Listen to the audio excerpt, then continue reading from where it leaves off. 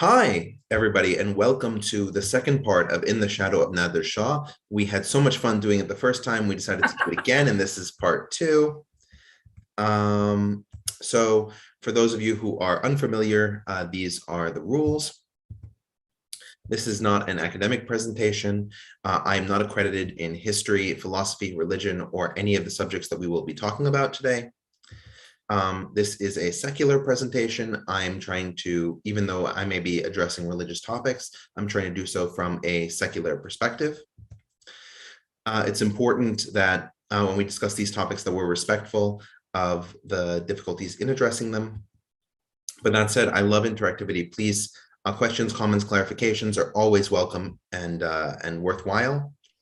This class will be what I call a 101 and a 201. A 101 meaning that it will address any basic concerns. So if you're not familiar at all with the material, this will give you that sort of basic understanding. And if you know some of the material well enough, this will probably tell you something that you don't know. That's the 201. When I put dates below a particular individual, that's their dates. Those are their years of service in whatever role that they have. Then the next thing is that I have a 2-hour hard stop. So if we don't cover all the material today, and I'd be surprised if we didn't, because we were supposed to cover most of this material last time. But if we hit that 2-hour mark, then we will continue on in the next week. And you sort of have that agreement with me that whatever time we spend here, it will be capped at around that 2-hour mark. And of course, like all the other 34 episodes in this Middle Eastern history series and the other series that are being done by History Mostly Ancient Discussions, you can find them on our YouTube page or on Omnicorda, and they will all be recorded so you can watch them together. And for everybody's favorite part, the quiz is back to see what everybody remembers from last time. So, question number 1. Which of the following edicts of Shaykhul Islam which of the following were edicts of Shaykhul Islam Muhammad Baqir Majlisi? Choose all that apply. A, he banned Sufistic traditions, even Shiite ones, and ended philosopha in Persia. B, he banned coffee houses and criminalized coffee consumption. C, he banned prostitution in brothels. D, he constrained the power of the Shah to rule only after he passed new edicts. E, he promulgated large-scale kite festivals. F, he promulgated massive cultural Shiite celebrations like the flagellation of 10th Ashura. G, he closed down taverns and forbade the consumption of alcohol. And H, he created ex post facto laws criminalizing conduct that, when it occurred, was legal. Yeah, we have one guess. H is 1. That is correct. I've got A, B, and C. A, B, and C are all things that he did do. Those are correct. There are still a few more in there. The remaining 2 are F and G. He did those 2. The only 2 that are in here that he didn't do was that he did not constrain the power of the Shah, and he actually banned the flying of kites. All right, question number 2. Which of the following were reasons why the Hotakis prevailed from 1709 to 1722? A, they had large numbers of fighters from Central Asia, overwhelming the Safavid forces. B, Mirveis was able to sow distrust between Governor George XI of Georgia and Shah Sultan Hussein. C, the Safavid commanders did not coordinate between themselves. D, they had effective siege engines able to bring down Isfahan's walls within days. E, they had an effective leadership and a clear line of succession. F, they used zamburaks, which are camel-mounted cannons, at point-blank range to eliminate large numbers of Safavid enemies. Or G, trick question, the Hotakis were soundly defeated by Nader Qoli in the Battle of Gulnabad in 1722. So it's incorrect to say that they prevailed.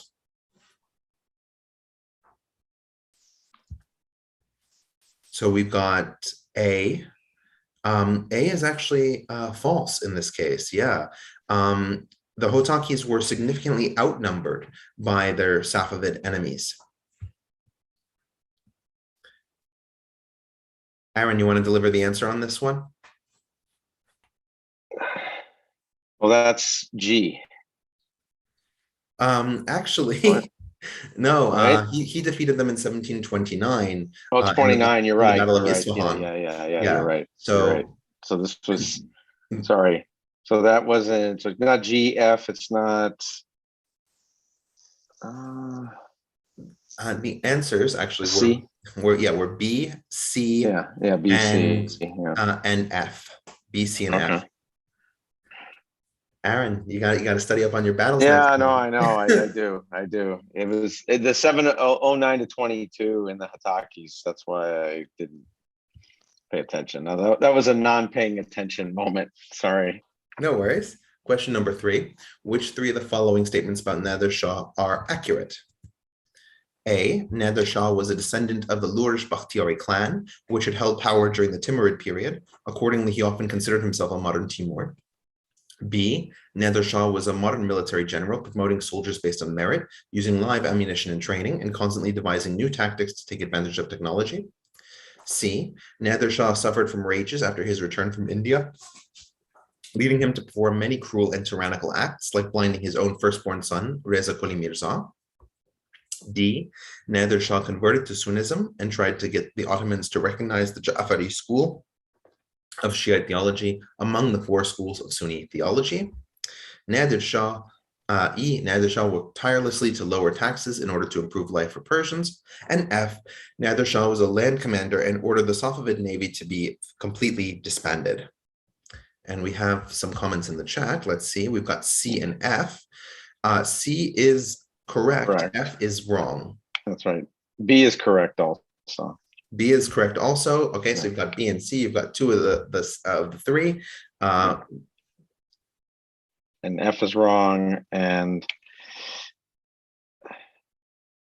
yeah, E is wrong-ish. That was kind of. How you actually got it? It's D. D is the correct answer. Okay. Nader Shah did not lower taxes. He actually raised taxes immensely. It was a crushing burden. And A is false, that even though Nader Shah also considered himself a modern Timur, he did it not because he had any historical lineage that would be viable. In fact, his lineage was from the Afshar clan, which is a Turkic clan, as opposed to the Lurs, who are a Persianate people. All right. Question number 4. What was the main purpose of Nader Shah's invasion of India? A. He believed that the Hindus of India were engaging in shirk, the sin of polytheism, and with the backing of Muhammad Bakr Majlisi, declared a jihad against them. B. He was attempting to preempt the British and Dutch East India companies and create Persian land trade routes to bring Indian spices and tea to the West. C. He was seeking additional wealth to fund his armies, especially in his upcoming wars with the Ottoman Empire. And D. He wished to acquire gems, having had none as a child, especially the Koh-i-Noor and the Darya-i-Noor. And we have a guess of B. That's incorrect. And Aaron is making the C because, of course, the answer is C. He needed vast amounts of wealth to fund his wars and his campaigns. Taxes couldn't nearly cover it. And so he plundered the equivalent of nearly 88 million pounds sterling at that time. Which would be the equivalent of hundreds of billions today. I mean, easily. All right, question number 5. Which of the following accurately portrays Omani history in the 1740s? A. Nader Shah responded to the request of the Yarubid Imam, Saif bin Sultan II, in 1743 to reinstate him during an Omani civil war and used the opportunity to take power. B. Persian expeditionary forces led by Ahmad Khan Abdali marched through Arabia to take the fortress of Sohar in northern Oman in a surprise attack in 1747. C. Oman, led by Imam Nasr ibn Murshid, sent African soldiers from Zanzibar to Bandar Abbas on the Persian mainland in 1745, and these expanded Omani holdings in Persia. And D. Nader Shah tried to send his newly formed navy to take the region in 1741, but the inexperienced Persian navy was decisively defeated by an Omani-British alliance. And I've got one comment. And the comment is that she was seriously distracted last week, and that explains all the bad answers so far. Aaron, you want to give this one a shot? This one I think is D. Ooh, no, it is A. No. It's A? It's A, okay. Yeah. Nader Shah responded to Saif bin Sultan's request to take, and then used the opportunity to remove Saif bin Sultan and take power directly. Yeah. And then that was a couple of years. Well, wait, he died in 47? 47. 47. Yeah, he died in 47, and then the governor that he had accepted in Sohar was Al-Busaidi, and he took power as so they were defeated in 49. When did the alliance defeat them? Or in 49? No, there was no defeat. No, but eventually the didn't the Dutch and the Omanis ended up buying ships from the Dutch and from the British and solidifying an alliance in the 1770s. And they were able to keep the Persians away. The Persians tried to reinvade, I think, sometime in the later 1700s. But it wasn't Nader Shah who sent those forces. Yeah, no, I know he didn't. But weren't the Persians? So the Persians didn't have it was just a degrading of the Persian Navy over time and their engagement in the Gulf. Is that correct? Exactly. That's exactly right. Okay. The latter half of the 18th century is a very volatile time in Iran. Yeah. All right. So apparently we need the review badly.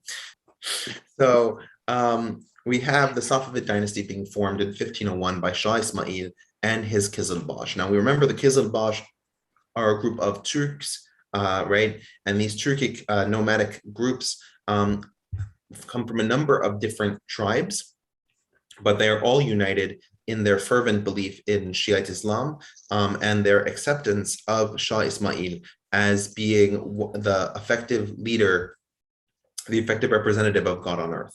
Now, we should be very clear here that the Qızılbaş theology that surrounds Shah Ismail is not traditional Shiite religious belief and was modified significantly in the following decades to bring it more in line with Shiite belief. That said, the Qızılbaş always were an important and significant part of the Safavid forces, and to that extent, they were settled all throughout the Iranian plateaus. We also mentioned that Shah Ismail had gone through an incredible amount of work to Shiitify, if we can use that term, the country, including forcible conversions of Sunnis to Shiism and the persecution of Sufis. We then saw the first real test of the Safavids, which was against the significantly more modern Ottomans. And the Ottomans won that decisive battle at Chaldiran, which basically meant that the Safavids would not be able to engage the Ottomans in any serious, effective military campaigns. And we saw this again with the Ottomans taking Mesopotamia and the westernmost parts of the South Caucasus from the Safavids under Suleiman, and effectively making the pilgrimage to Karbala and Najaf, two holy cities within Shiite Islam, pilgrimages to a foreign country. Those gains were undone by Shah Abbas in 1625, from 1625 until he died in 1638. But then in 1639, Sultan Murad IV of the Ottoman Empire was able to take back Mesopotamia for the Ottomans. So we get to this point, right, where we sort of started yesterday, where you have this Persian Empire, this Safavid Persian Empire that's being attacked on all sides. And in particular, we have the Ghilji tribesmen. These are Pashtun-speaking people who are Sunnis and therefore are resistant to this Shiitization. And they lead a revolt. And that revolt not only liberates their own territories, but leads to them spreading into the center of Iran. They're led by the ambitious and a little bit foolhardy Mahmud Hotak, who was the son of Mirwais. And he besieges Isfahan in a long, grueling siege because he lacked effective siege weapons, right? And so that siege led to high rates of cannibalism, and eventually Isfahan surrendered, being so food poor and being so isolated. But that was effectively the best that the Hotakis could do, because Nader Shah was able to align himself with the last remaining Safavid lineage, and its member was Shah Tahmasp II, the son of the previous Safavid ruler who had surrendered to the Hotakis. And so Nader Shah fought a number of battles against different Pashtun configurations, like the Abdalis, and was able to retake Isfahan. We talked about last time that Nader Shah led a bunch of campaigns, and you can see a number of them on this map, right? If you look at the center in the brown, you see those are the Hotaki campaigns. If you look towards the western side, the left side of this map, you can see some of the battles with the Ottomans that occurred in the 1730s, and then in the 1740s. The ones in the 1740s we're going to address today. You can see the Russian invasions in the 1720s. You can see his successful attacks into Central Asia to Khiva and Bukhara, where he exacted tribute but didn't actually take territory. And you can see the same in his campaign in Afghanistan and into India, where again he took loot and sacked the land, but didn't actually take people. Didn't actually take the land itself. And you can also see his short trip to Oman. All right. So during the Ottoman-Persian War, 1730 to 1735, he humiliates Shah Tahmasp II and appoints his 3-year-old younger brother, Abbas III, which effectively makes Nader Shah the true monarch of Iran in everything but name. And this is an effective defeat of the Ottomans, forcing them to take back territories that they had held for around 40 to 50 years. Nader Shah then consolidated power as the Shah and converted to Sunnism. And as we pointed out, he led this Hotaki campaign. In fact, this campaign against the Hotakis was so incredibly altering to the way the Pashtuns would organize that we have 2 things that we should take away from it. The first one is that the fortress of Kandahar that he besieged survives because Nader Shah removed the entire city and replanted it a few kilometers away. So the actual city of Kandahar is nowhere near this fortress anymore, and is actually, if you were to look at this picture, it would be to the right-hand side of this picture. The other thing to take away is that this ends the Hotaki dynasty. So the power among the Pashtuns switches from being among the Ghilji sub-tribe of Pashtuns to being among the Abdali sub-tribe of Pashtuns. And they're led by Ahmad Khan Abdali, who we'll see a little bit more of today. Finally, there's something worth pointing out is that Nader Shah, when he had his military, he didn't fully integrate it.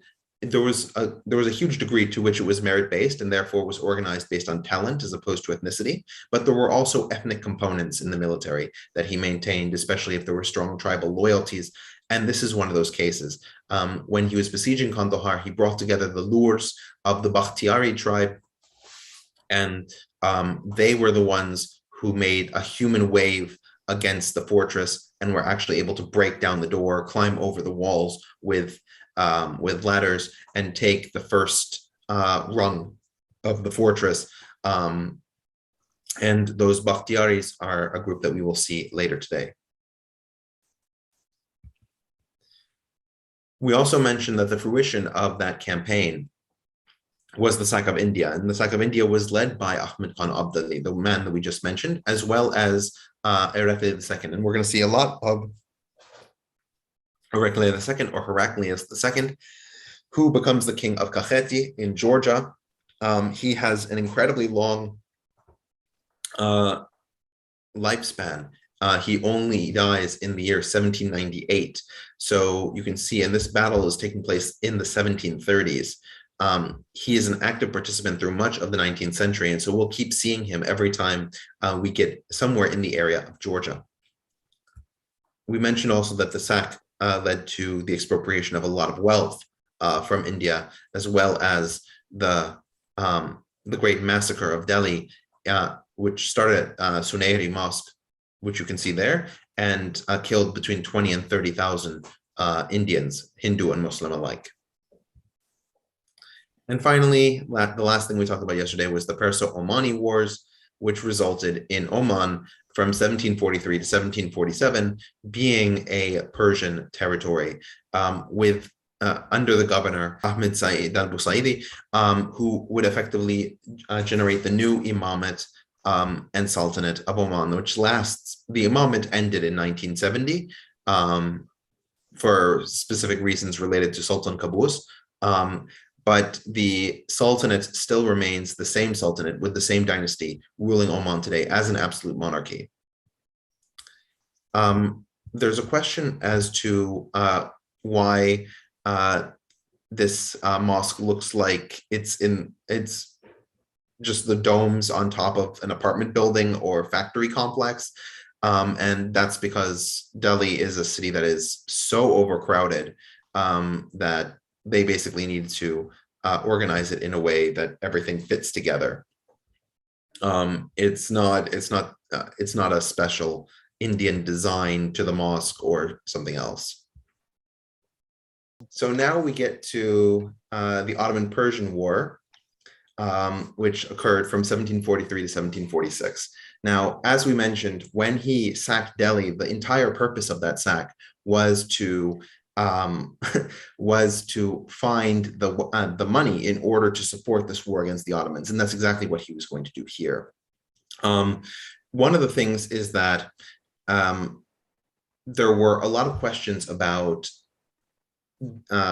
either visiting the holy sites that were in the Ottoman Empire, especially we pointed out, right, those holy sites to Shiites in Mesopotamia, like Karbala and An-Najaf, and also just permission to go on the Hajj, because the Ottoman Empire,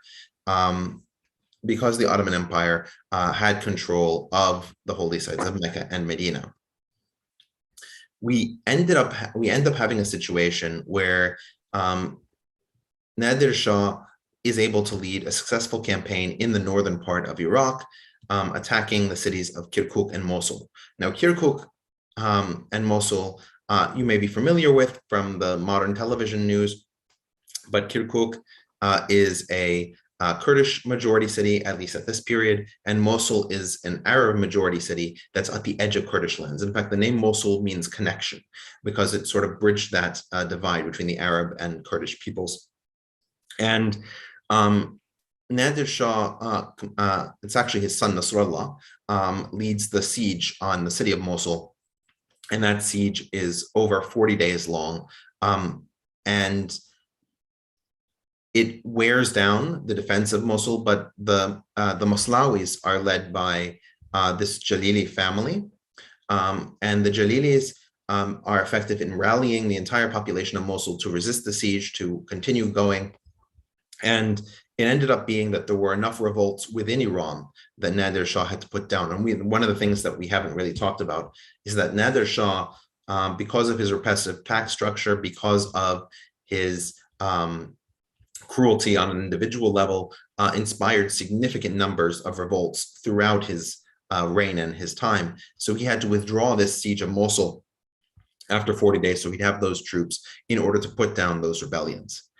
And in this case, those rebellions were in the area that we now call Georgia, right? That eastern Georgia area close to Tbilisi.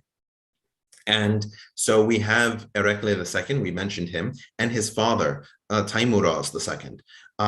And those two worked together along with Nader Shah in order to put down this rebellion led by another Georgian noble. In 1736, there was a treaty that was that basically ended the first Ottoman-Persian War from 1730 to 35, but it was sort of an unsatisfactory treaty in that basically neither really wanted to abandon their gains or, let's say, maximalist aims, and so. So right after the treaty, in essence, Nader Shah basically declared war again and sort of attacked Iraq and across the Caucasus, as Richard has basically talked about already.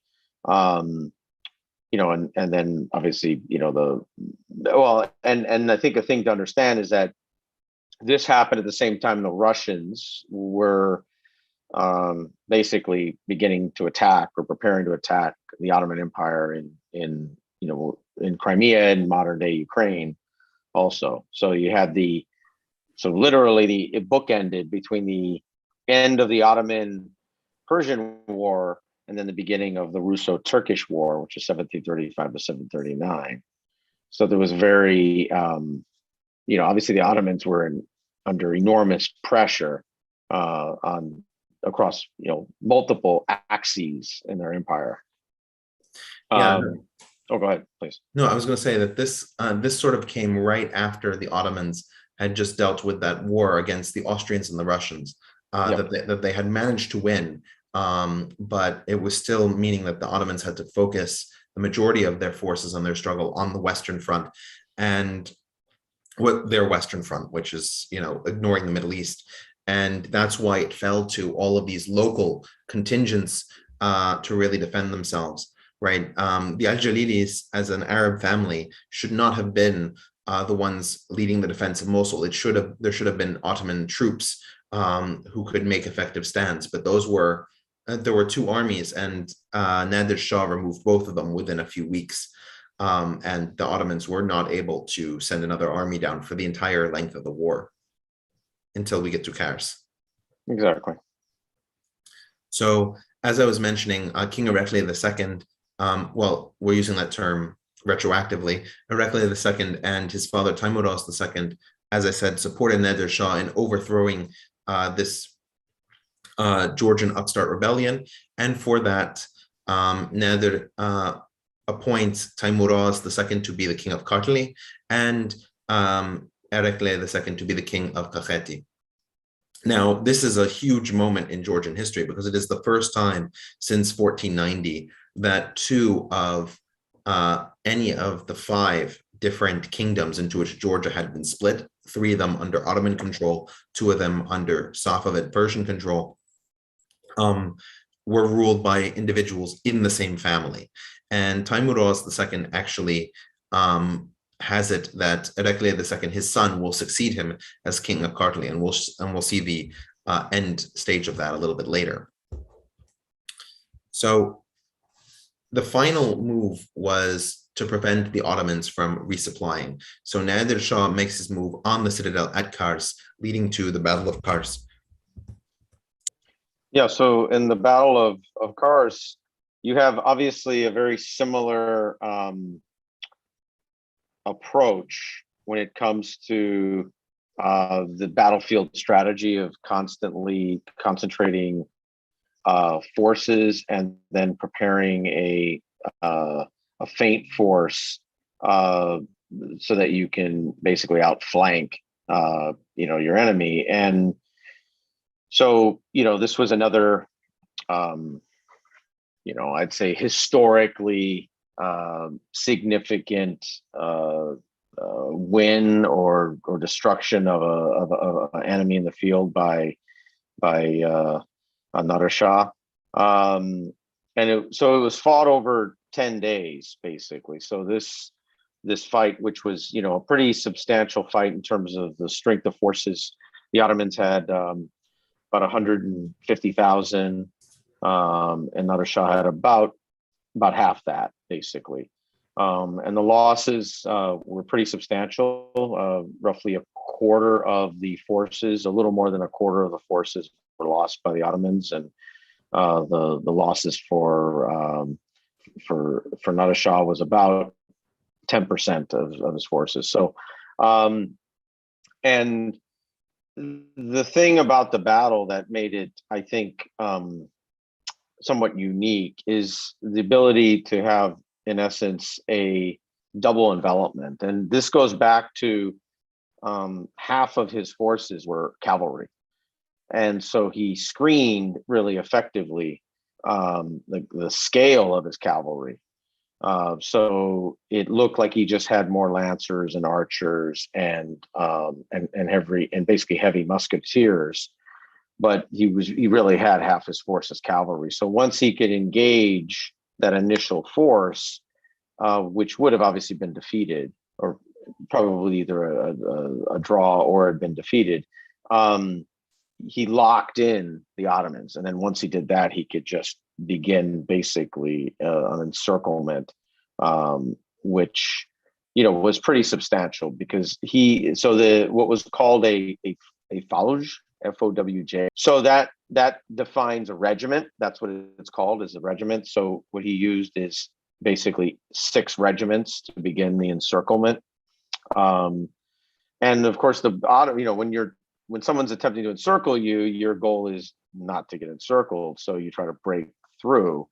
And what the Ottomans attempted to do is deploy their artillery, which Nader Shah, predictably understood was going to happen.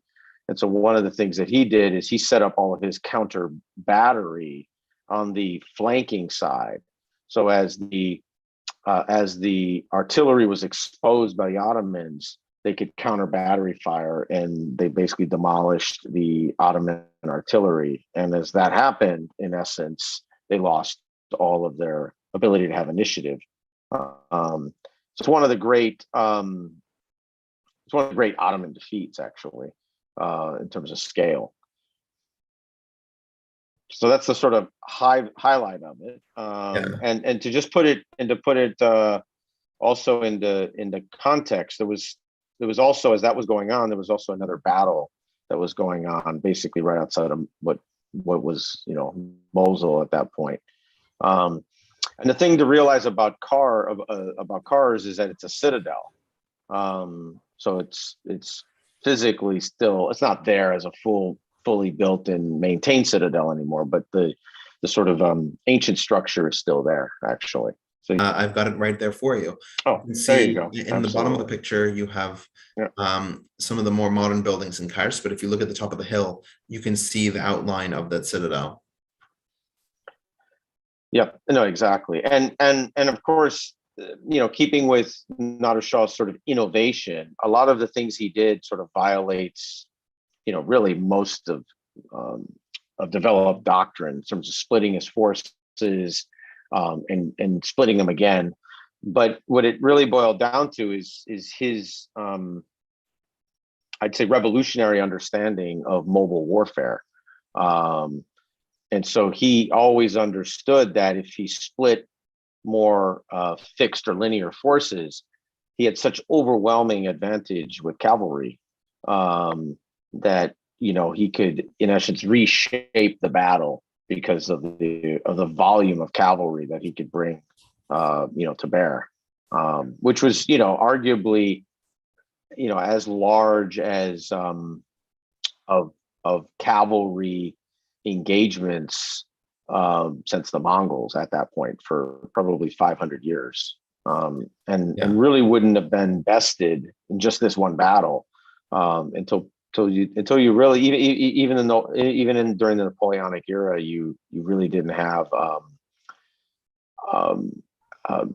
complex engagement with cavalry of that size of 30, 50,000. So it really wasn't until the American Civil War that you got cavalry to that scale again. Absolutely. We have a question, and I think it's a very interesting question. Is this Persia stuff a lot more difficult than the Ottoman stuff to understand, and why is that? And I would say that it is. And I'd say that it is for actually a very simple reason. The Ottoman Empire was very fixated on one thing: what is happening in Istanbul today. And that's how the Ottoman Empire operates. And so when we did our study of the Ottoman Empire, we could tell you who the Sultan was, what the court in Istanbul was doing, and if they had some expansionary war in Europe, it was the same war over and over again. How many times did the Ottoman Empire go to war with Hungary? And then we had the whole Russo-Turkish War episode, and that basically takes us through the entire relationship with Russia. And so generally speaking, the Ottoman Empire has a very linear thought process, organizational process behind it. Persia is in this interesting situation of having numerous different satellites, quasi-satellites, and enemies all along its border. And depending on the strength and power of that Persian center, and that's changing, and that changes a lot as history moves. And depending on the strength of that center, you see these parts start to break away. Alliances need to be reformed, and it shifts. So it's never what's going on in and the capital cities always change, but like what's going on in Isfahan, what's going on in Shiraz, what's going on in Tehran. It's not, that's not the question. The question is, What are the various contingents that are forming parts of the Persian Empire? How are they responding to the various new rulers and dynastic successions? So that's it has a lot of the same complexity that it's a smaller version, obviously, but that you saw during Mongol reigns, where you had so much diversity of culture, basically ethno-national or pre-national, a religious and geographical diversity that was in essence being sort of webbed together into into an empire, but non-imperial project. So I think that's a little, it's almost like very similar to if any of you remember back to sort of like the creation of the Rus and the proto-Russian imperial phase. It's the stitching together of a number of different peoples into some sort of confederation is the wrong way to phrase it, but it's trying to stitch all these pieces together and pull stuff into a fabric that holds, as opposed to a national project.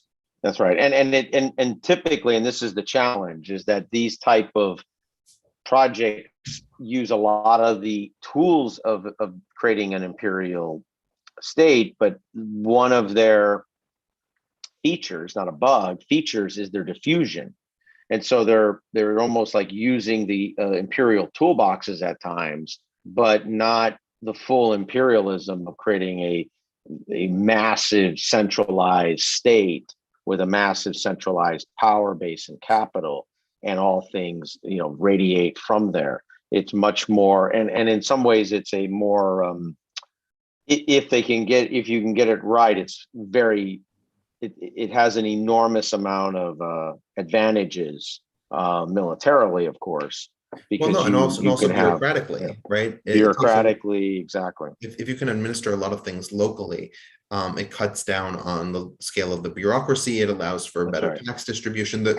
If you can get the system right, especially in the pre-modern era, where communication and money transference is much more difficult, this is a very effective system. There's a second sort of follow-up question, which is, how does this relate to the situation in Iran today? I think a lot of the stuff we're going to talk about as soon as Nader Shah dies and who he sets up basically in the deck chairs of all these different parts of his empire, it's going to look eerily similar to the situation in the Middle East today, even though we're 250 years in the past. Yeah, no, and you could argue there are junior manifestations in the other regions which become states that, you could make some argument that given what, as you go into that later, the ramifications of the colonial projects across Central Asia in many ways sort of froze in place a lot of cultural politics for peoples, because those were mechanisms to survive, basically. And people will always, obviously, first and foremost, want to survive. Yeah. I hope I'm not giving away the plot. So after 1745 and that disastrous defeat at Kars for the Ottomans made peace with the Persians, but didn't make a peace that was overwhelmingly decisive in the Persian favor. But they solidified the borders along the historic Treaty of Amasya lines, which are still the lines today between Turkey and Iraq on the west and the former Soviet Union and Iran in the east. Now, what ends up happening... quick question: you're gonna talk about the Treaty of Kardin also as part of it, or? I mean, that is the Treaty of Kardin. Yeah.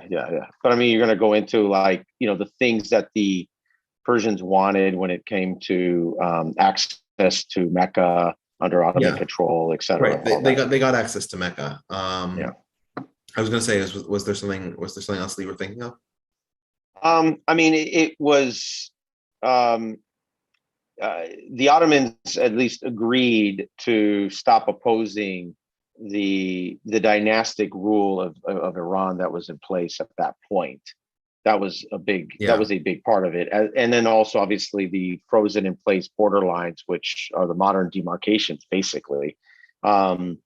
Which is amazing because when you go back to the Treaty of Zuhab in 1639, which is also the modern demarcation line. I mean, there in almost 400 years, there really hasn't been an enormous boundary change between what we call modern day Turkey and Iran, and Iraq and Iran, basically, border lines, or modern Iraq, obviously. But which I think is pretty remarkable, actually, given the degree of conflict and power actors in those regions in the last 400 years. So I know, I completely agree. One other thing that we should realize in terms of populations is that while most of Western Europe was increasing in population, for example, in the 18th century, England went from about 6 million people to 9 million people. In Iran, because of all these wars, because of all this disunity, we have a decrease from about 9 million at the beginning of the century to 6 million at the end of the century. And that's not helped at all by the fact that in his later days, as his rages grew, he started building skull towers, similar to Timur. And Nader Shah was incredibly difficult to behold. As I said, Nader Shah had a number of different rebellions that tried to usurp his power. But the thing is that as long as Nader Shah's closest retinue were on board and supportive of him, he could crush those rebellions. And there were something like 15 different rebellions over the time that he ruled. The problem occurred in 1747 when two of the leading individuals in the rebellion were also among Nader Shah's inner circle of 50 individuals. And so they managed to get together 17 people. And as you can see in this clear depiction, surrounded his bedside and began stabbing him. Nader Shah, even though he was cut across the chest quite quickly by this group of 17 who entered his royal chamber, managed to actually stumble out of his bed, grab his sword, and kill two of them before his head was chopped off. And this is how Nader Shah's rule ended.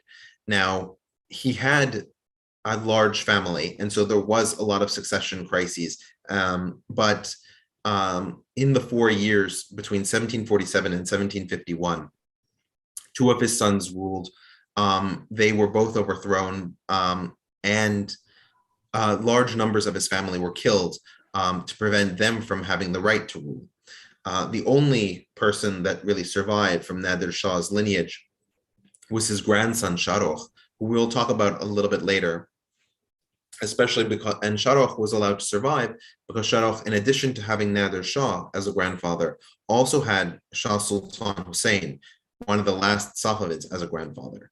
And so that dual grandfather lineage was something that possibly could have marketable value. Yeah, and I think this is one aspect of where the steps, the tribal succession or confederated, regional empire or Eurasian tribal confederation process just sort of breaks down is in the host succession model because of there is not the direct linkage of the support for hereditary power in Central Asia in the same way, meaning you have to re-earn it every time there's a hereditary passing in succession. And so that's always made, succession problematic, I guess the way I would put it. Yeah, that's the light way. And of course, yes, if the Iran situation wasn't complicated before, I'm sure that map of Iran in 1756, I even have some disagreements with the way it's labeled, but it should show you how quickly power disintegrated from that previous state that Nader Shah ruled into over 40 different city-states and tribal confederations. One in particular that we mentioned before, and so I wanted to dig a little deeper here, was Kartli Kakheti. Now you can see the map on the left-hand side was the division of Georgia into several different kingdoms. Kartli and Kakheti were always in the Persian sphere, and the others were generally in the Ottoman sphere. Now, each of those kingdoms had been ruled by a different Georgian noble family, and even those noble families were not necessarily secure.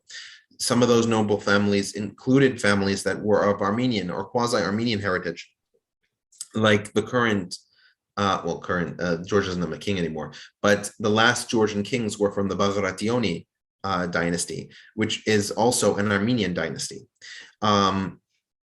So you have these sort of relationships. But when Nader Shah installed Teimuraz II and Erekli II as the kings of Kartli and Kakheti, they provided the ability for Kartli and Kakheti to actually unite. And so you can see on the right-hand side, the two capital cities, Tbilisi, capital of Kartli, and Tel Aviv, capital of Kakheti, became the nucleus of the most powerful single Georgian state. And with the collapse of Nader Shah's power, Teimuraz II and Erekli II declared independence from Persia. Now, it's unclear exactly how independent they could actually be.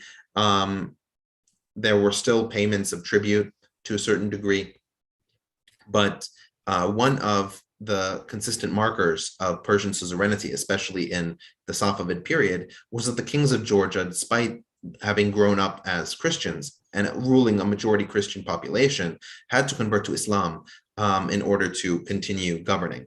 That was not the case when we talk about this independent period. They ruled as Christians, and they reconsecrated a number of the churches to be the official churches of Georgia.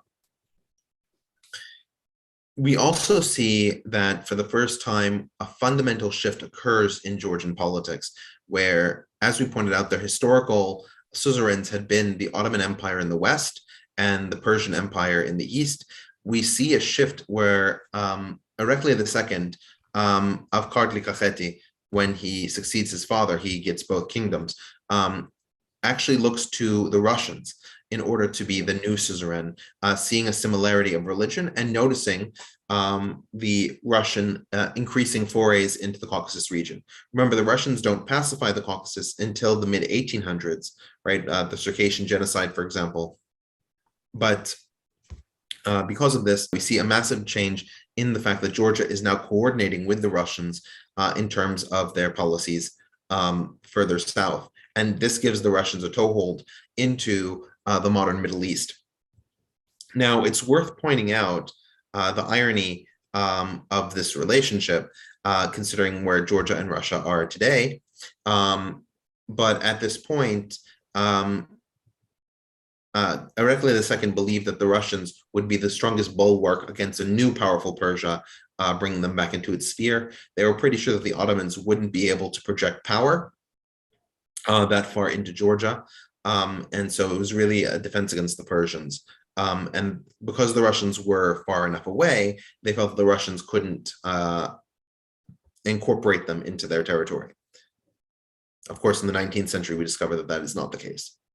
Yeah, and what's sort of fascinating about Georgia, when you think of it in sort of Russian Third Rome mythology, is that you could actually make a far stronger claim to Georgia, given that it, through the Georgian chronicles and Saint Nino, in essence, during Constantine the Great was their conversion.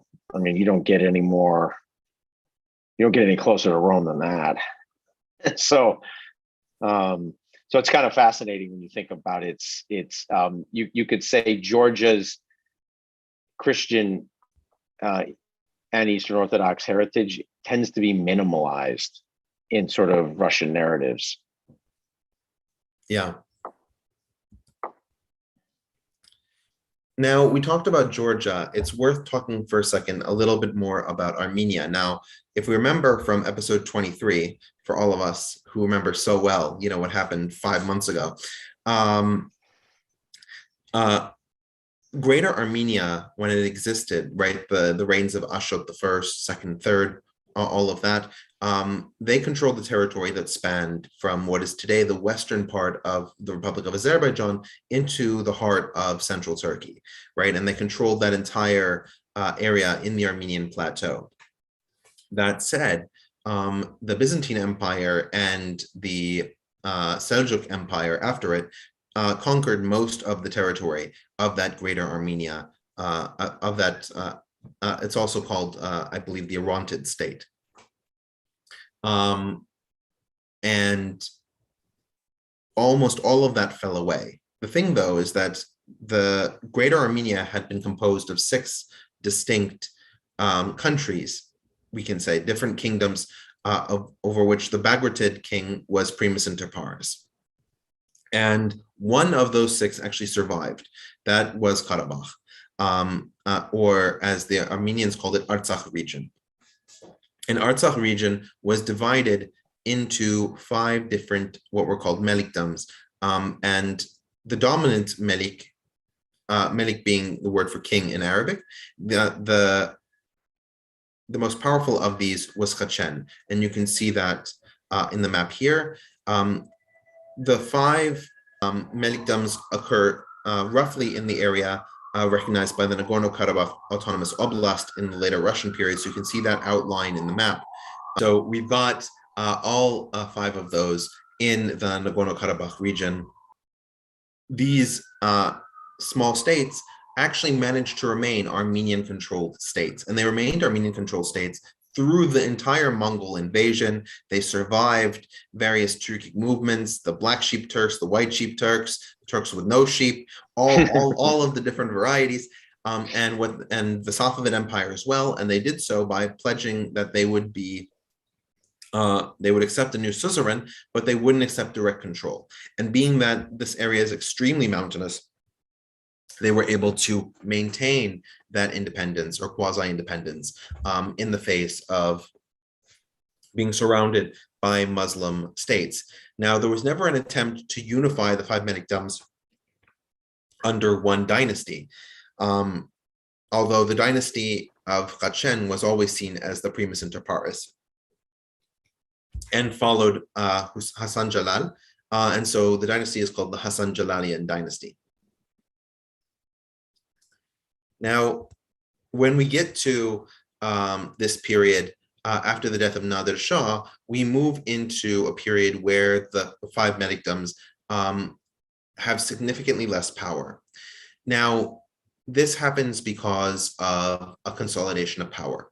So we have the Javanshir family, which is an Azerbaijani Turkish, if we extend that term back anachronistically, right? These people, if you had talked to them, would not have called themselves Azerbaijanis. They would have called themselves Turks or Tatars.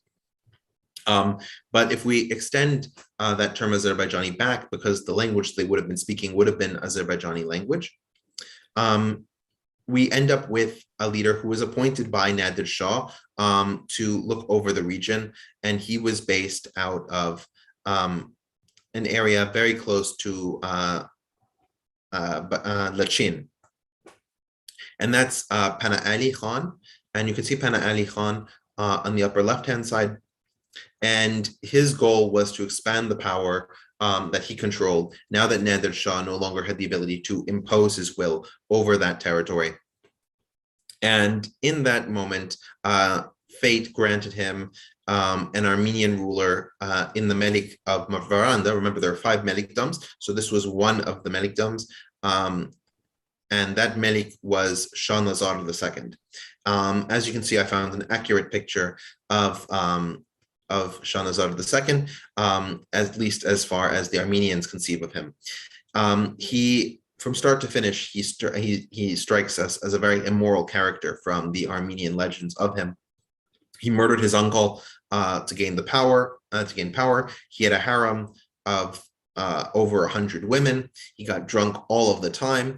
And the other 4 meliks, on behalf of the Armenian people, went to war with him, both to restore the proper succession, the proper dynastic succession, but also because he was vastly immoral. And this deeply provoked the sensitivities of the highly conservative Armenians.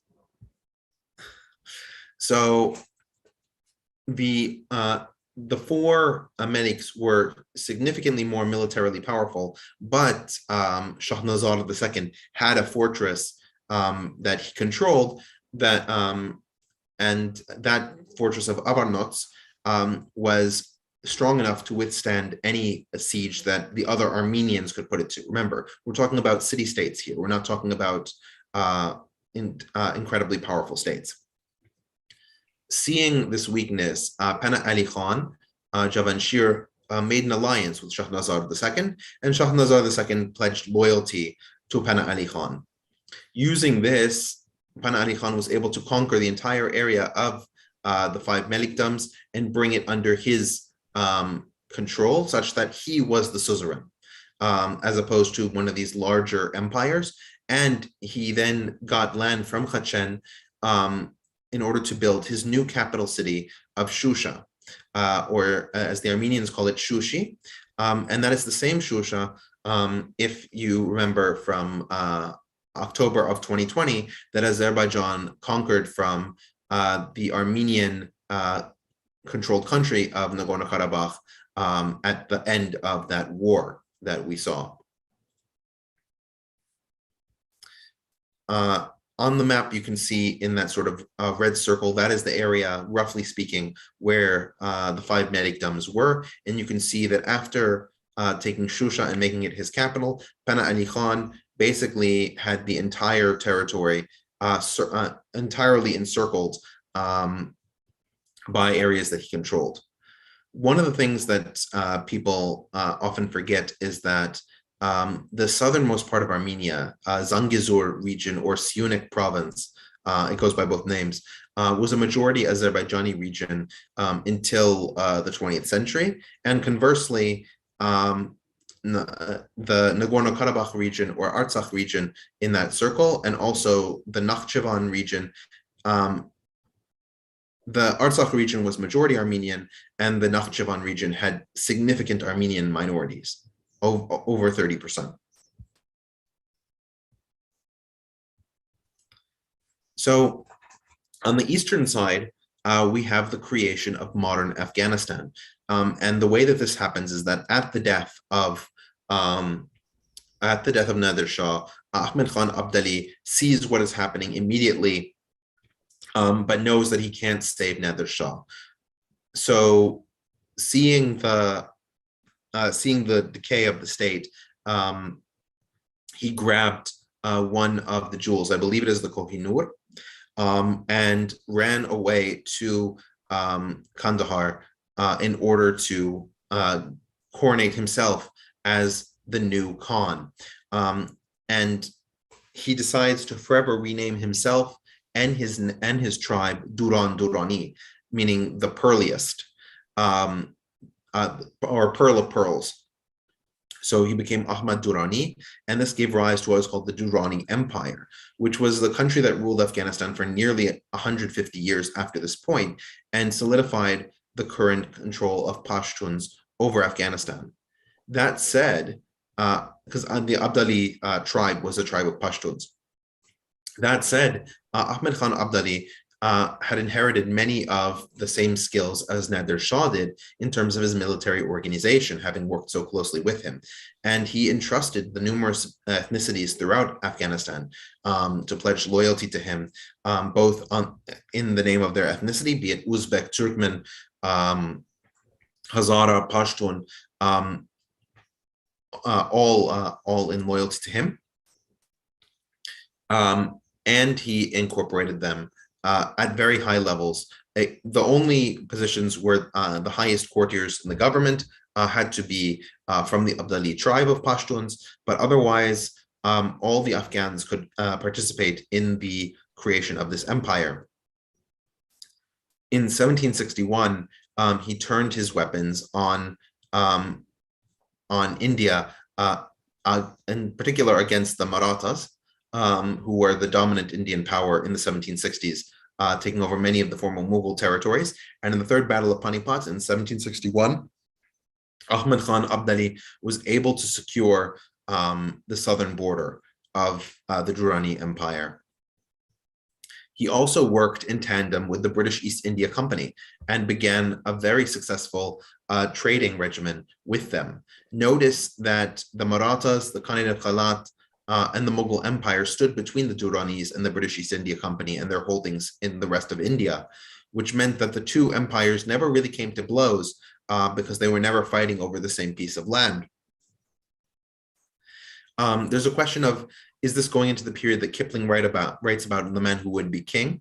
I think that is probably about 100 years after this, but it definitely has the echoes of that because, right, this is the very first beginning of the British East India Company, where in the late 1700s, we have the creation of the Bengal under their power, as well as city-states along the Indian coastline.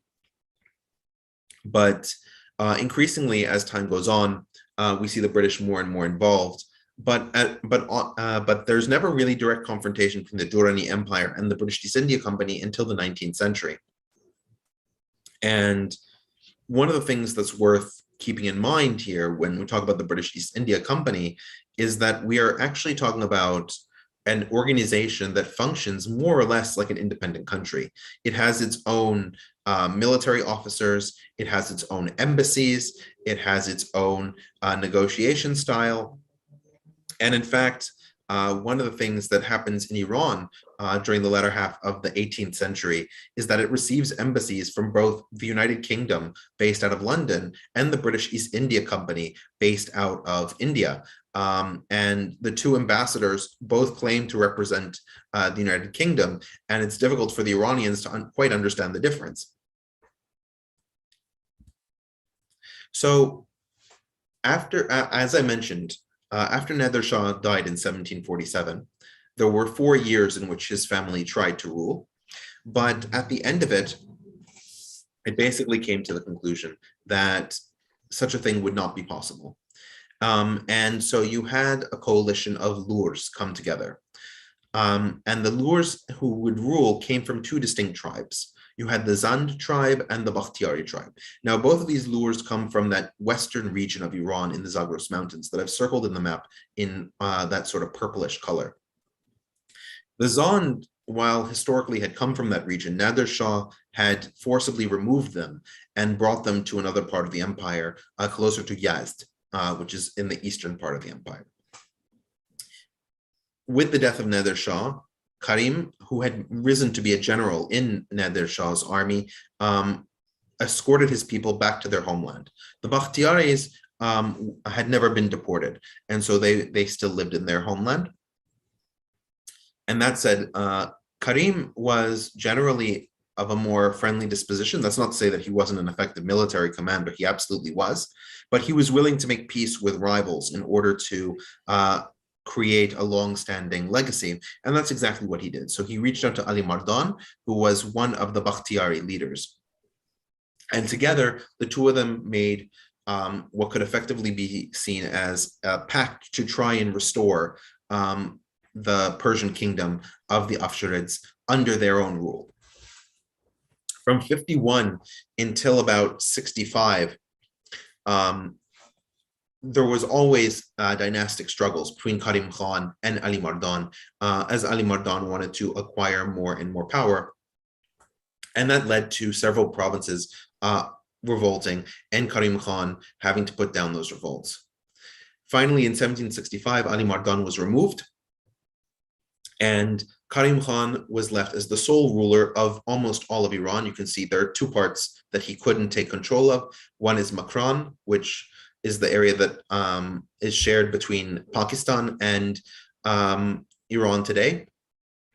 And the other one is the northeastern region, that Khorasan region, which was controlled by Shahrokh, that grandson of Nader Shah. But since he controlled nearly everything else, there was a huge expectation by the people of Iran that he would declare himself as Shah, King of Kings.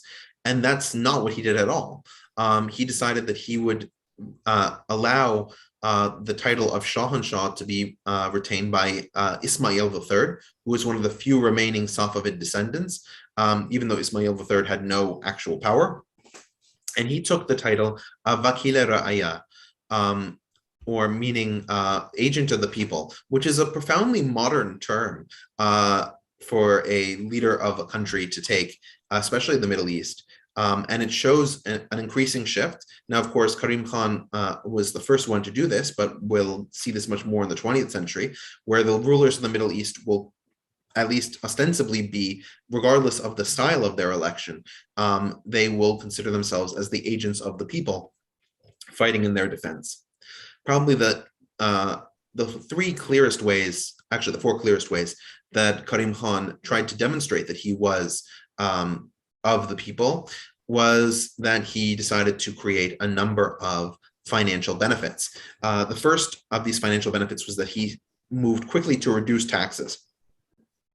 Nader Shah had increased the taxes tremendously, and of course there had been a lot of disunity as the fighting had gone on between him and Ali Mardan, and as the fighting had gone on even during the reign of Nader Shah. The reduction of taxes led to a much more potent economy, and Karim Khan added fuel to the fire in this regard by expanding the trade routes that Persia had and making peace with many of the other commanders that were outside of the territory that he could control. For example, he made peace with Shahrokh, and he made peace with the Durrani Empire, allowing and facilitating goods to come in from those two areas. And of course, he had relations with the British East India Company, which is why you had those two embassies jockeying for position. Now, the next thing that he did was that he reinstated with clarity that Shiite Islam would be the religion of Iran. Now, he wasn't repressive, at least as far as we can tell, to the Sunni minorities that lived within Iran. But by reasserting Shiism as the dominant Iranian religion, he managed to bring a lot more of the Iranian public into accepting him as a legitimate ruler. Whereas Nader Shah always had difficulty because of the fact that he had converted to Sunnism. He was also known for treating his captives well. He had a number of captives. In fact, we're going to talk about one of them in a second, and that's Ağa Muhammad Khan of the Qajars. But he treated his captives well, and he was actually well considered for how he dealt with those that he had opposed in the past. But probably his most famous and worthwhile accomplishment in terms of the long run is his building. And once he designated Shiraz as his capital city, right, he moved the capital from Isfahan to Shiraz. Primarily, this came out of the result of his wars with Ali Mardan. And Ali Mardan had used Isfahan as his base of operations. So Karim chose Shiraz to be his base of operations. But a lot of the modern architecture of Shiraz, in terms of its historic sites, is from Karim Khan. And I actually wanted to show you a few of those things. So you can see in the bottom, this is a picture of the Arg. Arg is an old word. I think it's either a Lurish word or it's a Persian word for castle. And you can see here's a better set of pictures of the Arg. And it's a square building, and you can see those, it's those corners that have that circular embed. And within the building itself, you can see there are all kinds of pictures and motifs. And in the center of the Arg is a flowing pathway of water and a garden. It's an incredible retreat, and it's where Karim Khan ruled while he was Vakil-e-Rayaya, the agent of the people, from 1765 until he died in 1779. He also constructed the tombs of Persian poets who had died and were buried in Shiraz. He beautified them significantly. This is the tomb of Hafiz, as it would have looked like after he did his restoration. He also built the tomb of Sa'adi, who was another Persian poet who lived in the city of Shiraz. And he also built the Vekil Bazaar, or the Agents Bazaar, which became the common shopping area and touristic destination for people who were visiting Shiraz.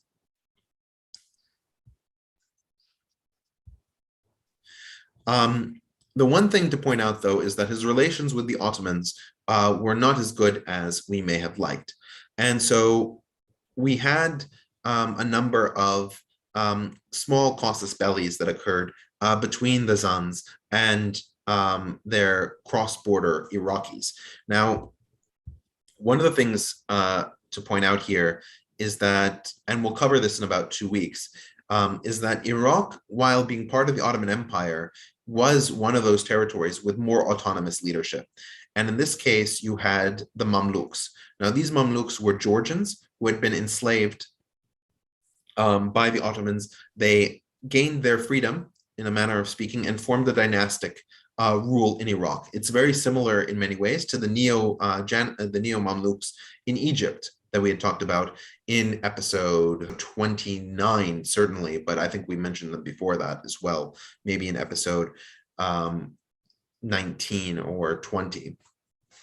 And in this way, you had these military slaves who had effectively emancipated themselves by taking political control. And you can see that almost all of the territory, almost all the territory that the Zands directly controlled bordered in the west territories controlled by these Georgian Mamluks. There were two major casus belli that led to war between the Zands and the Ottoman Mamluks. The first one was an extension of power. You can see that the Ottomans had a number of tribal confederations within their own territory. For example, you can see Hakkari, then below it Soran, then below it Baban. All of those were territories within the Ottoman Empire. They pledged the Ottomans as their suzerains, but that began to change as Baban came increasingly under the sway of Ardalan, which is in the Zand territory. And in fact, the Persians were able to use their power over Ardalan to then affect change in Baban by choosing their new governor and seeking to bring Baban closer and closer into the fold with Persia. So that was one casus belli. The other one is a little bit more straightforward. Both Karbala and Najaf, those Shiite pilgrimage areas, were in Georgian Mamluk territory, and the Georgian Mamluks were charging Persians a price to go visit those places. And the Zand, Karim Khan and the other Zand rulers considered that deeply unfair.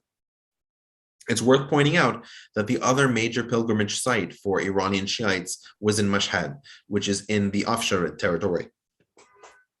So the Zands lacked those historic places and considered it poor form for the Iranians to be hawking them.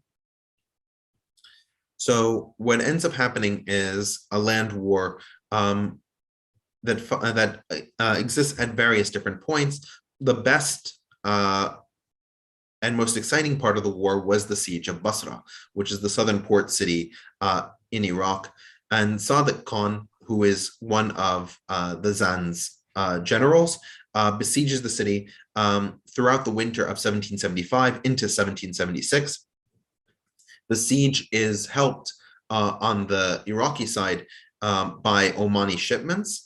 But the Zands have Iraqi Arab allies, especially if those are Shiite Arabs, fighting alongside them in the Gulf. For those who are familiar with the more recent wars in Iraq, many of the tactics that were used in the Iran-Iraq War, during the siege of Basra, during the Iraq War of 2003, there was another siege of Basra. A lot of the tactics in terms of how the river was crossed, in terms of how the city was besieged, because the city sits on the confluence of the Tigris and Euphrates rivers. A lot of those tactics have been reused in the modern period in order to take that city once again. And Basra was in Zand hands from 1776 until 1780. The Ottomans didn't even know how to deal with it. And they tried to remove the Georgian Mamluks from power. But ironically, it was only when the Georgian Mamluks circumvented the Ottoman restraints on their power and managed to take control again, that they were able to eject the Zands from Basra in 1780.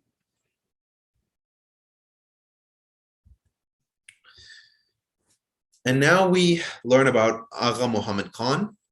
Ağa Muhammad Khan was Qızılbaş. We remember talking about them at the very beginning of our conversation tonight. Those Qızılbaş, or redheads, were that fanatical group of Turkic Shiites. And the Qızılbaş had divided into a number of tribes. One of those tribes is the Qajar tribe. And Ağa Muhammad Khan was of this Qajar tribe. Now, he was descended from one of the leaders of one of the subsections of that tribe, but he was captured as a young boy by Nader Shah's son. And eventually he the property as a slave of Karim Khan. While he was in the control of Nader Shah's son, he was castrated at the young age of 6. Most pictures of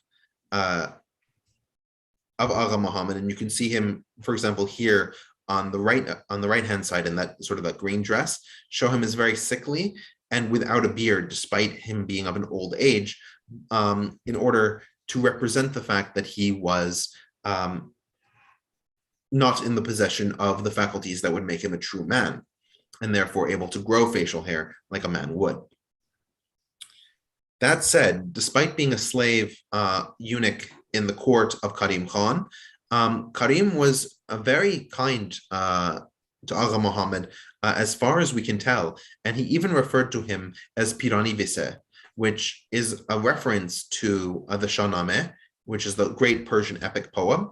And in the Shahnameh, there is a king of Persia named Afrasiyab, and Afrasiyab has a chief lieutenant named Pirani Vise. And you can see a picture illustrating the Shahnameh in the lower left-hand side.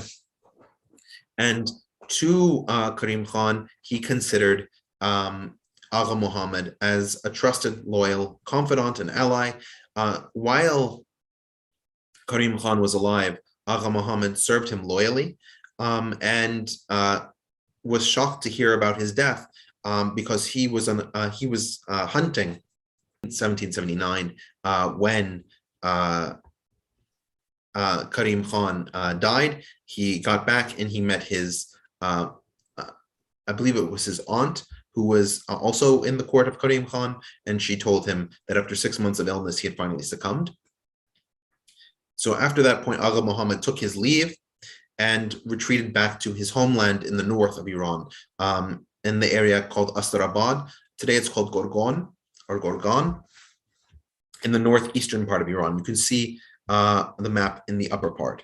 Now, this is an area north of the Elborz Mountains and is a difficult area to lay siege to. And accordingly, this is why a number of the Qajar tribes had made home there. There were successors to Karim Khan in the Zand. And several of those rulers tried to remove Ağa Muhammad Khan from the power that he was beginning to consolidate north of the Zagros Mountains. Each of those attacks was repelled. And Ağa Muhammad Khan then moved on the city of Tehran, which was a newer city. It was about 100 years old. And there are older precedents, but it wasn't really a city before that point. And he demanded that Tehran open its gates to him. And Tehrani leaders said, "We are loyal to the controllers of Isfahan," which Ağa Muhammad Khan saw as a green light that they would surrender to him if he were able to take the city of Isfahan.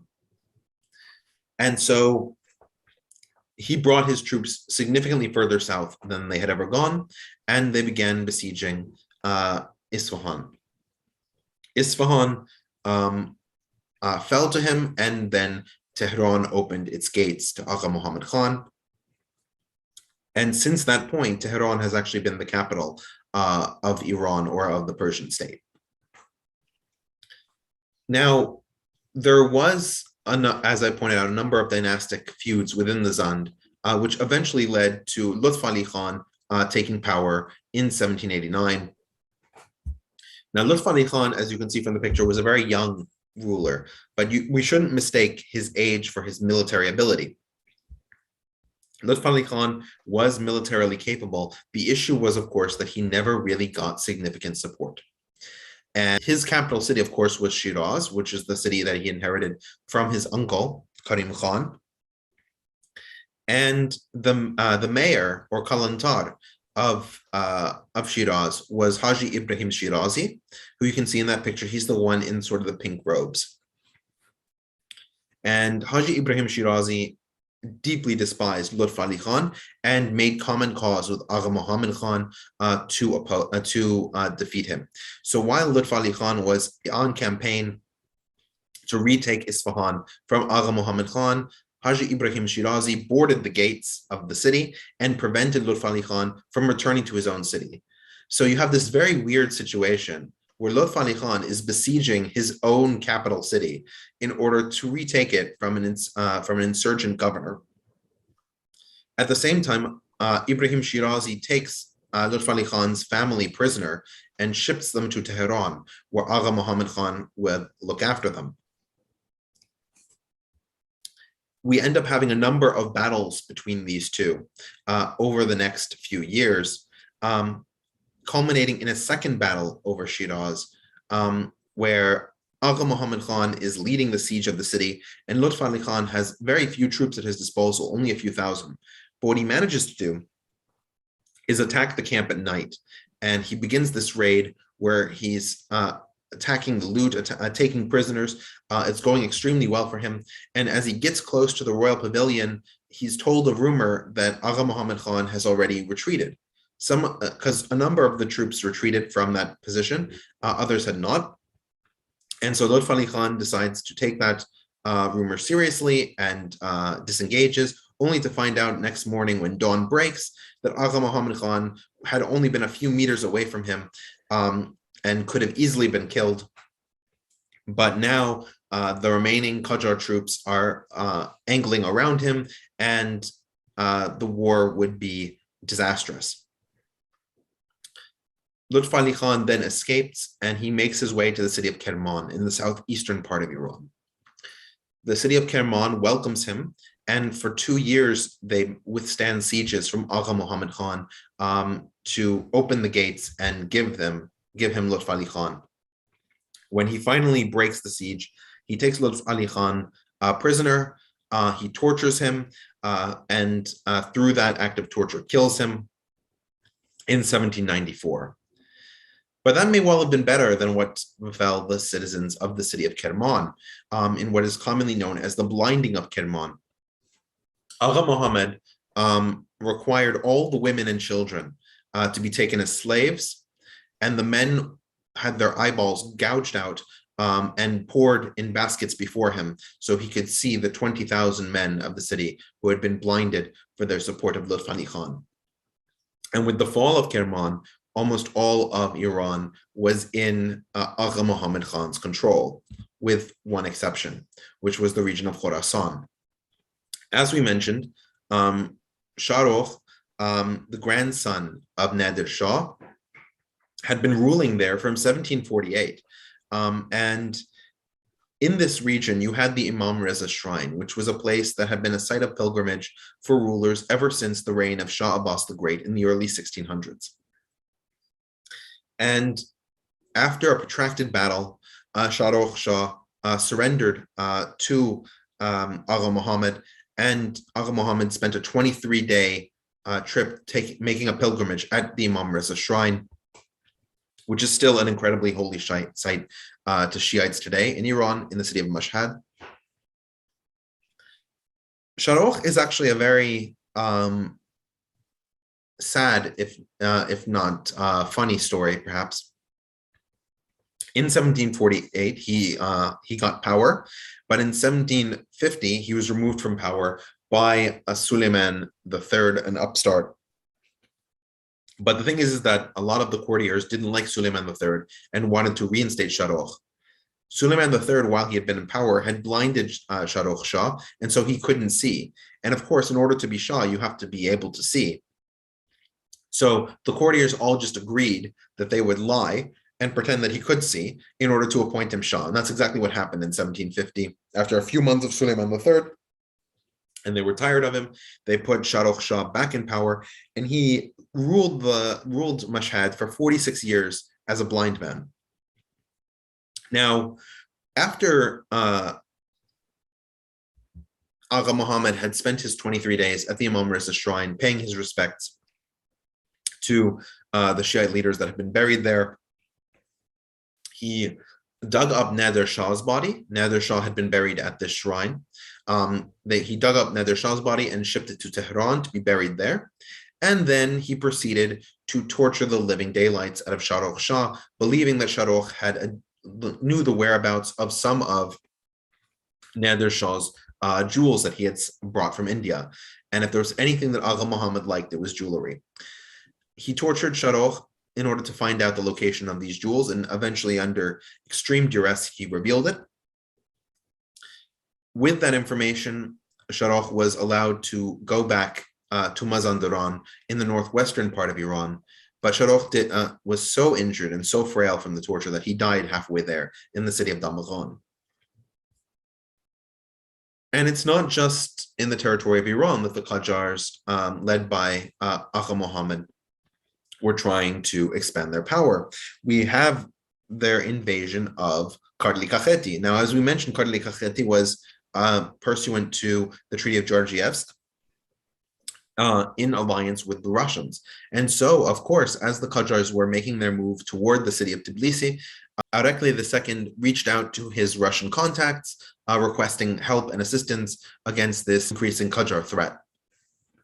The Russians, however, said that they would be unable to respond. They had other more serious issues on their western flank. Remember, this is roughly the time that they're dividing up Poland, and they had just won the battle against the Ottomans that would be resolved with the Treaty of Kuchuk-Kainarja. And so their focus primarily was on that western side. Accordingly, Tbilisi was sacked and numerous Georgians were killed. The Georgians then confronted the Qajars at the Battle of Krtsanisi. And at the Battle of Krtsanisi, it wasn't just Arekli II and his Kartli Kakhetians who fought. We also have Solomon II, one of the last kings of Georgia, from the Georgian kingdom of Imereti, fielding some soldiers. Regardless, the Battle of Krtsanisi was a huge loss for the Georgians and really underscored the need for Georgia to have an active suzerain. As a result, Georgia was brought back into the Persian sphere for a short time until further Russian involvement. So that further Russian involvement started with Catherine the Great pledging to bring Russian troops down to liberate Kartli Kakheti from that Persian overlordship. But since Catherine the Great died in 1796, those troops never went that far south. It would take a few more years until the early 1800s, when Pavel Tsitsianov in 1802 arrived in Kartli Kakheti and brought it under direct Russian rule. Part of what allowed that to happen is that Arekli II died in 1798, and Kartli Kakheti didn't have a very good form of succession. Something else worth pointing out is that with his battle at Krtsanisi, the Qajars now controlled the Moghon plain, right? That historic plain where the kings of Iran could be crowned. And so now in control of that, in 1796, Ağa Muhammad crowned himself as Shah, King of Kings, and inaugurated the Qajar dynasty that we'll spend a lot more time talking about next week. But we need to know where the story of the Qajars really begins. And it's at Shah Bulaq Castle. While fighting a campaign to bring the Karabakh Khanate, right? Pana Ali Khan was now dead. It was his successors, but it was Pana Ali Khan's state, the Karabakh Khanate, to bring that back into the Persian sphere. Ağa Muhammad was launching a siege of the city of Shusha, and in particular of Shah Bulak Castle, which was the castle of the Karabakh Khans. And two of his attendants had gotten into a bickering argument, and so Ağa Muhammad, showing his cruel streak once again, demanded that both of them be executed the next day for upsetting his sleep. Now, he left them unbound and unchained overnight in an area that was very close to him physically. Well, it turns out that when you put two people on death row and they have the chance to obviate that situation, Ağa Muhammad Khan died in his tent outside of Shusha, and the Qajar dynasty could have ended right there.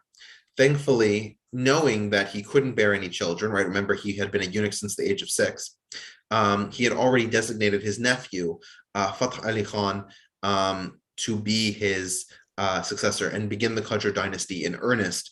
And that's exactly what happens. So the campaign in the Karabakh region is aborted, but the Qajar dynasty survives. And we're going to discuss next time when we meet in the 19th century how that works out and what Iran is like under the Qajar.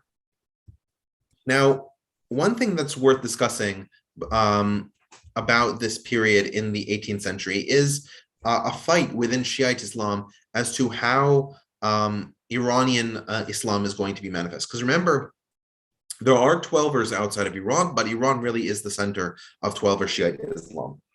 And you have this huge debate between the Akhbaris and the Usulis.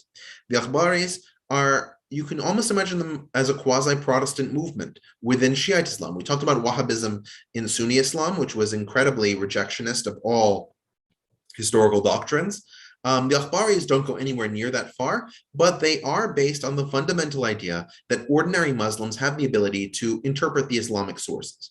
And by Islamic sources, we're not just talking about the Quran, we're talking about the Hadith, we're talking about the Sirah, we're talking about the recommendations of the Shiite Imams, the recommendations of the Shiite Hadith collectors, which are different Hadith collectors than the Sunni Hadith collectors, and that these collections should be a guide and individual Muslims should interpret this and apply it in their own lives. They also argued that the Quran and the Islamic sources altogether resolved a number of serious issues, but there were also issues that occurred in the world and in modernity that weren't addressed by these sources. And to the extent that those were not addressed by the sources, they could be resolved by secular rulers. They didn't have to create a religious foundation or basis in order to promulgate these views. And so we have this sort of tension that the Akhbaris create between the cultural Islam of Iran, and we're going to talk a little bit about what cultural Islam is in the Iranian context, creating a unified cultural sensitivity to Iranian Shiites, but that exists in a tension with individual beliefs, and individual beliefs should be more important than these cultural manifestations. Shiites should be actively engaging in their belief, and it's an individualist sense of Shiite determinism.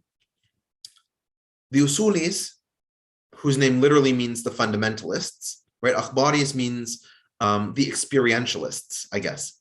And the Usulis are the fundamentalists. They argued that there was a process of ijtihad, or religious exegesis, and you could only perform this ijtihad if you used reason and scholarly training, which meant that only a very select set of individuals, the clergy, would be able to understand and interpret the Islamic sources in a way that people would be able to properly follow it. And so you would create a group of scholars, or ulama, who were more experienced than the average alim, and these would be called mujtahids. These mujtahids, people who had performed ijtihad, right? You can see the JTHD similarity, right? These mujtahids were the best guides. They were the ones who had really gone through the sources, and you should follow their conduct almost methodically without question, right? You should follow that tradition very closely.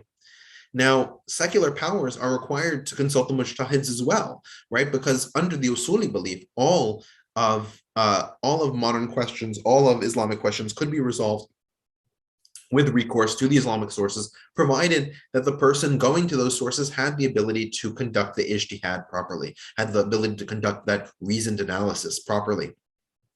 And so the secular power is contingent on the ideas of the mujtahid. Now, each person had to choose which of the mujtahids they were going to follow. And the mujtahid that they would follow would become called a marja-e-taqlid, or a governor, an object of emulation. There you go, an object of emulation, an object of tradition. And that person would be the person whose actions you should take without question, because they were the ones who understood the sources at a very fundamental level. But of course, with any creation of hierarchy, you then begin to have a glut at the top, right? You have several marja taqlids, and so you have to have the best marja taqlid. So how do you get to that? You get the Hojat al-Islam, or the symbol of Islam.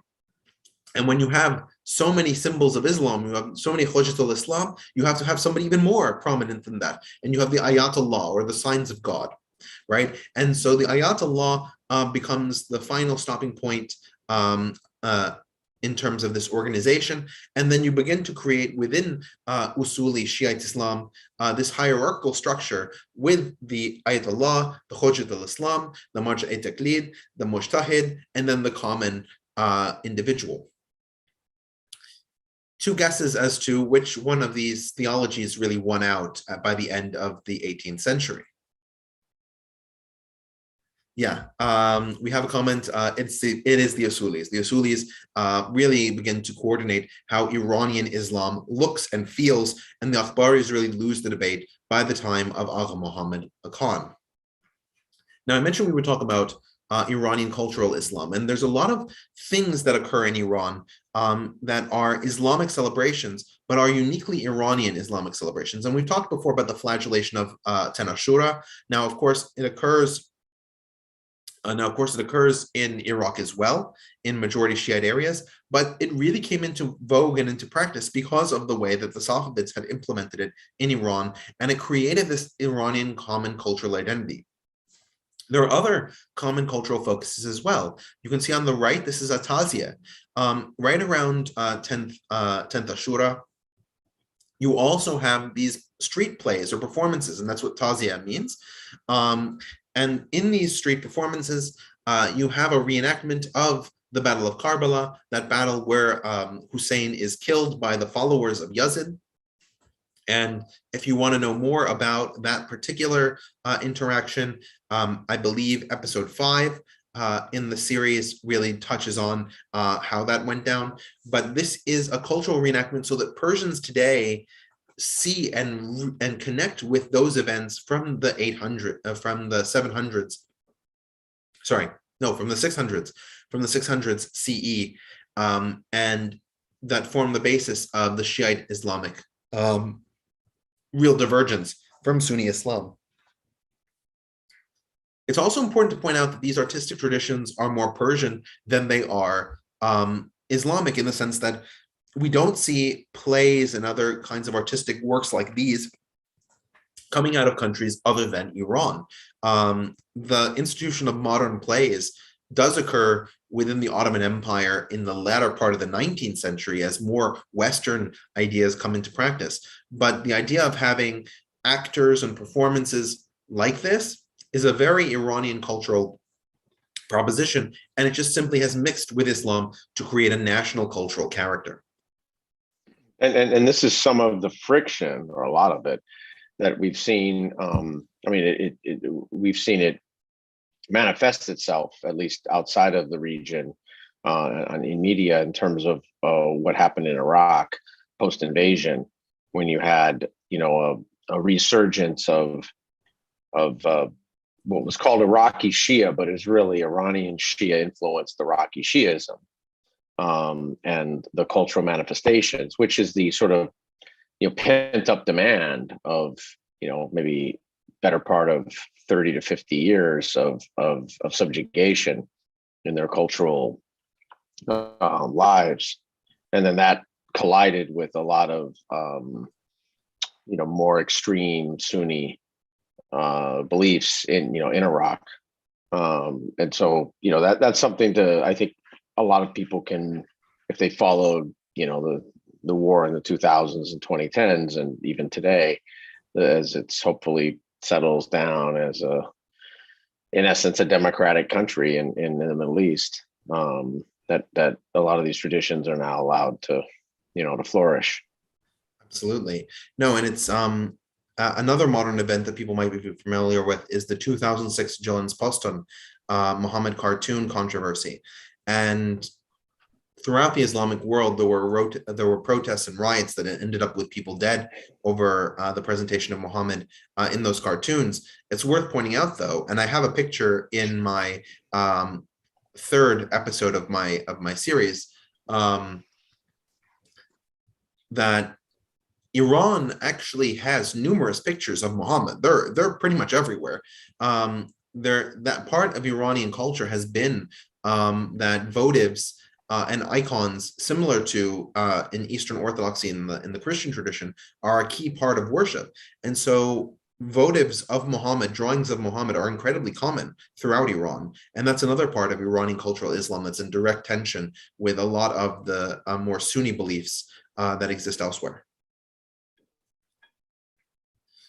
So, questions, comments, concerns?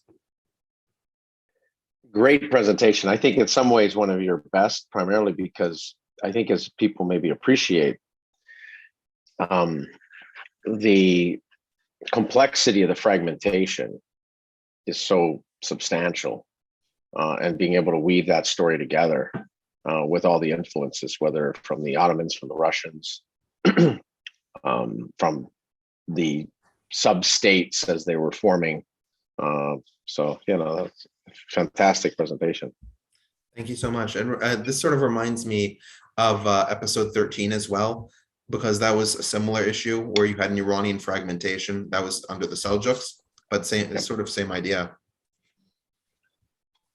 Yeah, and I think this is something, obviously, as we get to the more modern era, that maybe in the West people don't fully appreciate, but when an area, a cultural geographic area, has struggled with state formation or empire formation or sustainment, they'll often do a lot of things that seem very revanchist, irredentist, that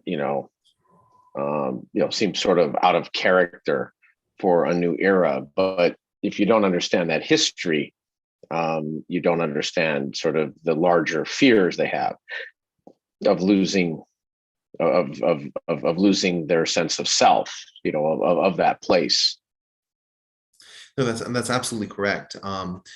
One of the and it's one of the things that people seem to sort of ignore, is that when people are in fear of losing their culture, they gravitate toward in a very unyielding way, and that they want to preserve that culture exactly as it was without any changes or alterations. Right. And when people are in a cultural situation where they feel that their culture is secure, then they're much more into experimenting, liberalization, all these kinds of things.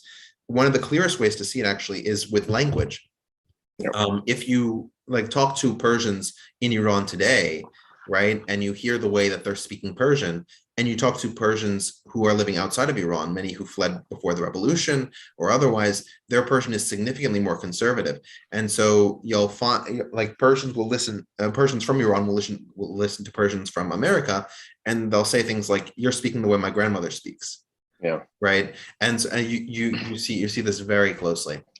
Well, and you see this in other cultures. I mean, you see a version of this in Quebec with the French that's sort of fixed in the 50s, 60s, and 70s, because they feel they're under siege. Whether they are or not, it's irrelevant. They feel that they're under siege, or that they have to protect it, or that it's a survival project.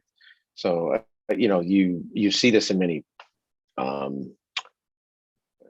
subpopulations that are out there that don't feel secure in themselves. Exactly. Yeah, we have a which I we have a think, comment that the number of different places, it seems so scattershot and so difficult to pull together. Um, like I kind of wish I had one of those animatics in the background, especially as Lutfani Khan was running around all over the place. Okay, now he's in the Zagros Mountains. Can you find exactly. Waldo? Now he's in Shiraz, but he can't get into his own city. Now he's in Kerman. Can Yeah, you that's find? right. I mean, and I think one of the reasons it's really great that you kind of have a recursion through a lot of these events and a lot of these people through different sort of paths is it allows for reinforcement. And, Right. and especially for anybody, which is sort of normal almost anywhere, to not have grown up with these histories, or as told, as oral histories, or as sort of stories, all the way from grade school forward. It's challenging to learn them because you're sort of learning the people, you're learning the period, you're learning the culture, and you're learning sort of the events. And then if it's got a very diffuse geography, which it does, and to the point that when the Soviets, in essence, conquered the Transcaucasus, they created a Transcaucasus Soviet for about 15 years because they didn't even want, for them, it was even too much stuff. And so they just called it I think it was the something like the TSSR or something, or the TSR or something like that. Transcaucasia SSR. Yeah, exactly. Yeah, it was from 1918 to 1921. Yeah. And then they realized the Georgians and Armenians and Azerbaijanis can't play nice. That's right. Well, and then it came in again eventually. Yeah. And then they had another one that was from, I think it was 24 to 36 or 34 or something. They had like another one. I think it was just for the army. So I think I thought that was for Central Asia. That was like the Turkestan SSR. Yeah, you might be right. I mean, I'll have to double check that one, but yeah. But it was the whole point that it was so complicated that even the Soviets, and of course Stalin was from Georgia, so it's like, the idea that it felt that complicated, even for people who had a background in it, tells you something. I mean, the thing is that when you get these Caucasian peoples, you have, first of all, you have situations where the amount of territory that any individual group occupies is very small, right? Like you have something like 50 different languages in the Caucasus that are spoken by more than 100 people. But the majority of those languages are spoken by fewer than 100,000 people, right? Yep. So you've got very small areas. Then you have situations where people claim a territory, but they're not the majority in it. That's right. For example, Tbilisi was majority Armenian until about the mid 1800s. Parts of what are today Armenia were majority Azerbaijani. Pretty much all of Armenia actually was majority Azerbaijani. When the Russians conquered it, you have Armenian settlements, in this place and that place. And so it doesn't go well to draw maps. Yeah, exactly. So what they did is, so I just figured out, they created the Transcaucasian Democratic Federal Republic, which lasted a short period of time, like you said, and then they fell back on the Transcaucasian Socialist Federalist Soviet Republic because you didn't have enough words the first time, and so and then that became more of this federated version, basically, right? So, and then that lasted until 36, when a very unknown document, it's called the Stalin Constitution, which came in 36. A fun read for any of you that are into fair and distributed power. Yeah. All right. I think we're going to close this out. Thank you everybody for coming out, and thank you. We'll see you next week for the Qajars. Absolutely. Great job.